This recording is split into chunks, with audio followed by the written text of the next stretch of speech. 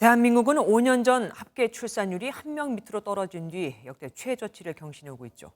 그렇다 보니 태어나자마자 버려지는 아이들부터 잘 지키고 키우자, 민간이 자발적으로 운영하는 베이비박스에도 지원을 하자는 목소리가 커지고 있습니다. 베이비박스를 운영하는 곳은 법적 근거가 없는 시설로 돼 있어서 국가 지원이 아예 안 되고 있거든요. 엉뚱한 곳에 지원하지 말고 이런 곳부터 챙기라 이겁니다. 전남주 기자가 취재했습니다. 서울 관악구에 있는 위기영아 보호상담 지원센터 이른바 베이비박스입니다. 영아 유기를 막기 위해 지난 2009년 이종락 목사가 국내 최초로 만들어 현재까지 2,000명 넘는 아이를 보호했습니다. 현재 센터에서 보호 중인 아기는 4명으로 대부분 출생한 지 한 달도 안 된 신생아입니다. 이곳을 찾는 여성들은 병원이 아닌 제3의 장소에서 혼자 출산을 하다 보니 아기까지 건강 상태가 악화한 경우가 많습니다. 엄마가 아무도 모르는 재개발 지역 그 빈 집에서 아기를 출산을 한 거예요. 그래서 그 아이는 폐혈증이 걸려갖고 병원에 입원했었습니다.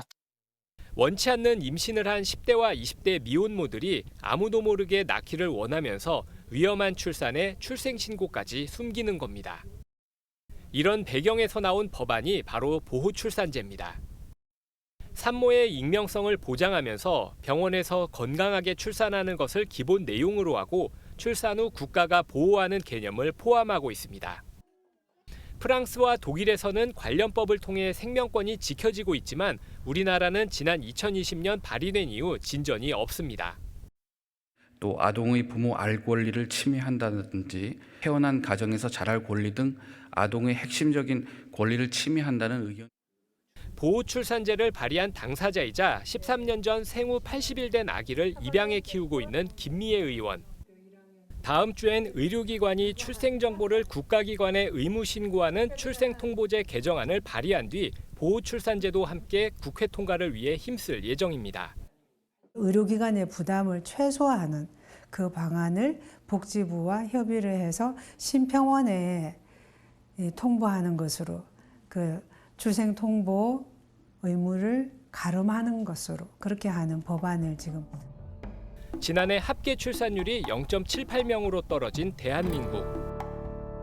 낳은 아이라도 건강히 지키기 위한 움직임이 힘을 얻고 있지만 각종 현실의 벽에 막힌 것이 현주소입니다. MBN 뉴스 전남주입니다. 안녕하세요. 김주하입니다. 공정하고 신속한 MBN 뉴스, 유튜브를 통해서도 만나보실 수 있습니다. 특히 더 많은 뉴스와 라이브를 보고 싶으시다면 오른쪽을 눌러서 구독하시면 됩니다. 어렵지 않죠? 빠르고 정확한 뉴스로 계속 찾아뵙겠습니다. MBN 뉴스를 시청해주신 여러분 고맙습니다.